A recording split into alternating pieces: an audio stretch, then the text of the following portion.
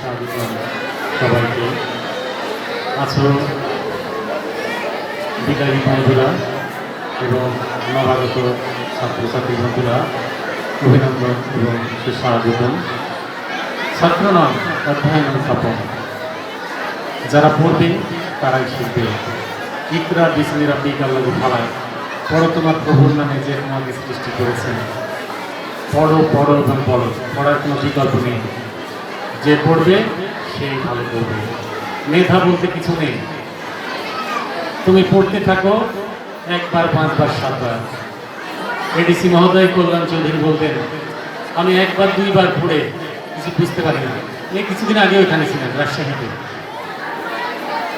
আমি 10 বার করে না পড়লে আমি বুঝতাম না। তিনি রাজশাহী ভার্সিটিতে ম্যাথামেটিক্স করতেন, তারপরে এখন ডেপুটি সেক্রেটারি হয়ে আছেন। ভবিষ্যতে তিনি অনেক বড় অফিসার হবেন। আমাদের সাথে সেলিম নামে একটা ছেলে ছিল। আমি অনেক দুর্বোধ্য বিষয়গুলো বুঝতাম না। তো অ্যাটমিক অ্যাসিলারেশন এক বন্ধুকে জিজ্ঞেস করলাম, ও বলতে পারে না। তো বলে সেলিম খুব ভালো জানে, তার কাছে নিয়েছিল। তার কাছে গেলাম, তো সে আমাকে এমনভাবে বলে দিল যে কোনো টিচার এইভাবে বলতে পারে না অথবা পারে না। সেই সেলিম সারাদিন টোটো করে ঘুরত, আর রাত 11টার থেকে পড়া শুরু করত। 4টা 5টা যখন আজান দিতে মসজিদের তখন পর্যন্ত করত। তার কাছে এমন কোন রাইটারের বই ছিল না যা বাংলাদেশে আছে। অর্থাৎ তার কাছে সব বই ছিল, সব বই সে পড়ত এবং পড়ে সে যা জ্ঞান উপলব্ধি করত সে বিষয়টা সম্পর্কে পরিপূর্ণ ধারণা নিত।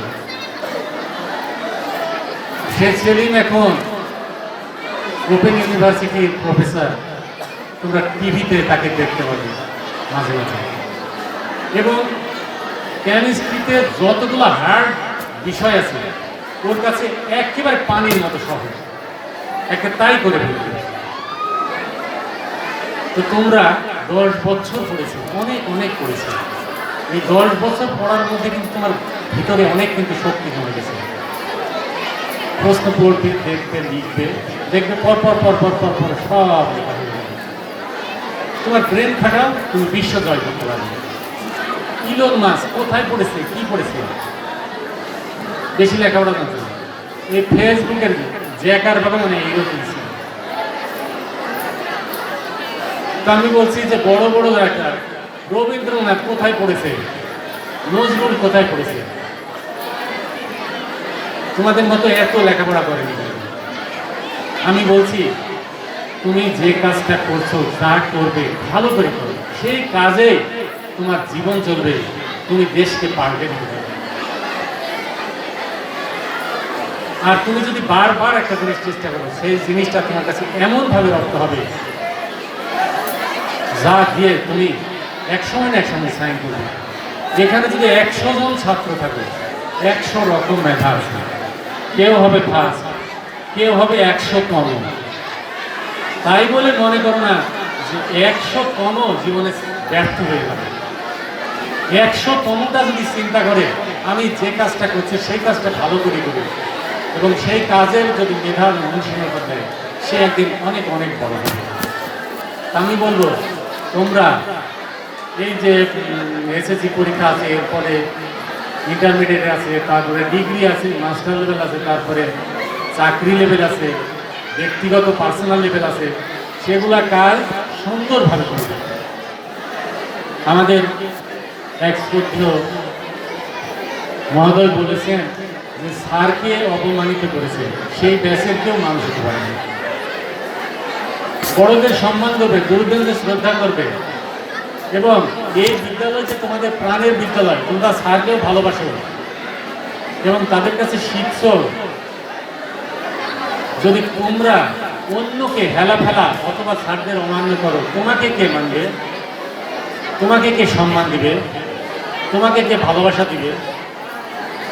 কাজে সেই চিন্তাটা করো। তোমরা যদি এরকম ভালো হতে পারো তাহলে পারে তোমাদের দেখে যারা নতুন আসছে এই স্কুলে তারা শিখবে, শিখে তোমাদের সম্মান করতে শিখবে। আর ওদেরকে পদে পদে শেখাবে। বড়দের উচিত নতুনদের শেখানো। আর তুমি যেখানে যাবে, যখন সময় পাবে, ভালো কিছু শিখবে এবং শেখানোর চেষ্টা করবে। সবাই যদি ভালো কাজে আমরা এগিয়ে আসি, তাহলে খারাপ কাজটা থাকবে না, ভালোটা জয়যুক্ত হবে এবং সে দেশটা ভালো হয়ে যাবে। আমি মনে করব তোমরা তোমাদের কর্মজীবনে গিয়ে এত ভালো করবে যে দেশটা উন্নত, চির উন্নত দেশে ভালো হয় এবং পৃথিবীর সবচাইতে ভালো দেশে পরিণত হয়। আমাদের মেধা যদি বাইরে ছেড়ে না যায়, আমাদের ছাত্রছাত্রীরা এখানেই কাজ করে, দেশের উন্নয়নে নিবেদন করতে হবে। আমি বেশি কথা বলবো না, হয়তো তোমরাও অনেক কথাবার্তা শুনেছ। তা আমি বলবো তোমাদের প্রতি একটা পরামর্শ যে তোমরা নিজেকে গড়ো, নিজেকে তৈরি করো। অন্য কারো মুখাপেক্ষি হয় না, নিজেকে স্বাবলম্বী করে তৈরি করো। কোনো কিছুতেই অন্যর কাছে তুমি মাথা নত করবে না, অথবা কিছু চাইবে না, নিজেকে স্বয়ং সম্পন্ন করবে। যতক্ষণ পর্যন্ত না পারবে ততক্ষণ পর্যন্ত চেষ্টা চালিয়ে যাবে, দেখবে আল্লাহ নিশ্চয় তোমাকে চাইবে এবং তুমি এত বড় হবে যে সবাই তোমাকে সম্মান দেবে, পাড়া প্রতিবেশী এমনকি দেশে তোমাকে সম্মান দিতে পারে। তা আমি এই আশাবাদ ব্যক্ত করবো এই হাটকাটি পাড়া উচ্চ বিদ্যালয়ের ছাত্রছাত্রীরা আরও ভালো করুক এবং বাংলাদেশ একটা ভালো বাংলাদেশ হিসেবে গড়ে উঠুক, এই আশাবাদ আমি ব্যক্ত করছি। আর যারা এই অনুষ্ঠানকে সব দিক থেকে সফলতা করে তুলেছেন তাদেরকে আমি ধন্যবাদ জানাচ্ছি। ধন্যবাদ সবাইকে। আসসালামু আলাইকুম।